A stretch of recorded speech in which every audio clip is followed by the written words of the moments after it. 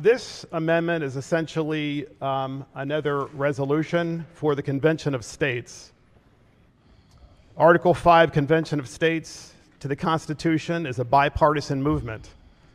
The Convention of States Amendment has been introduced in this legislature for many, many years and has never been voted upon in committee. Here's what the Convention of States Amendment does. It implements fiscal restraints on the federal government. The current federal deficit is $34 trillion. Limits the power and jurisdiction of the federal government and its bureaucracy, and limits the terms of office for officials of the federal government and the United States Congress. Why is the majority party afraid? What are they afraid of in relation to the Convention of States? After all, SJ1 here on the board invokes Article 5 of the United States Constitution as well to amend it and authorizes the states to hold a convention of states to amend the Constitution. Why would Congress ever impose term limits on itself, let alone impose fiscal restraints on themselves? After all, when you can print money, you can buy as many votes and as much support as you want. Yet the Convention of States is never brought up for a simple vote in the committee. How is this equal rights? Every bill in every committee should be voted upon up or down. That's why we were sent here.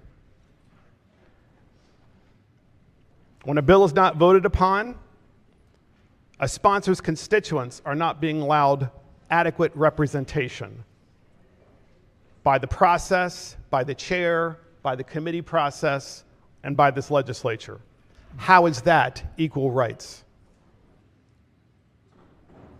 When individuals who spent time testifying, salt of the earth individuals, Democrats and Republicans, because it's a nonpartisan movement, are disrespected in the committee, sorry, that's not equal rights.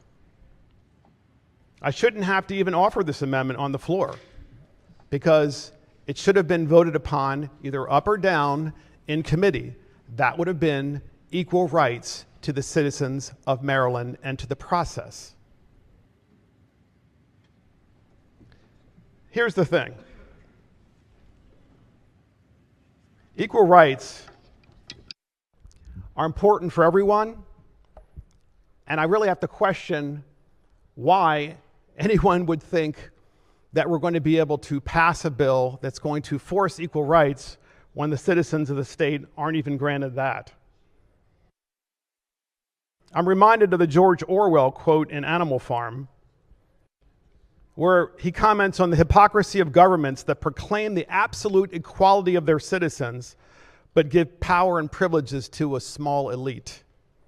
Quote, all animals are equal, but some animals are more equal than others. And I just say with this, with the virtue signaling that I've heard on this floor about your desire for equal rights, if you believed in equal rights, you wouldn't have some legislative districts with one member and each person gets to vote once, and some with three, and each citizen gets to vote 3 times. That's not equal. Spare me. For all those reasons, Madam Speaker, I'd like to move this amendment for the Convention of States, this resolution, which amends to this bill, SJ1, and calls for limits on the federal bureaucracy, term limits for Congress, and fiscal restraint on the federal government. Thank you, Madam Speaker.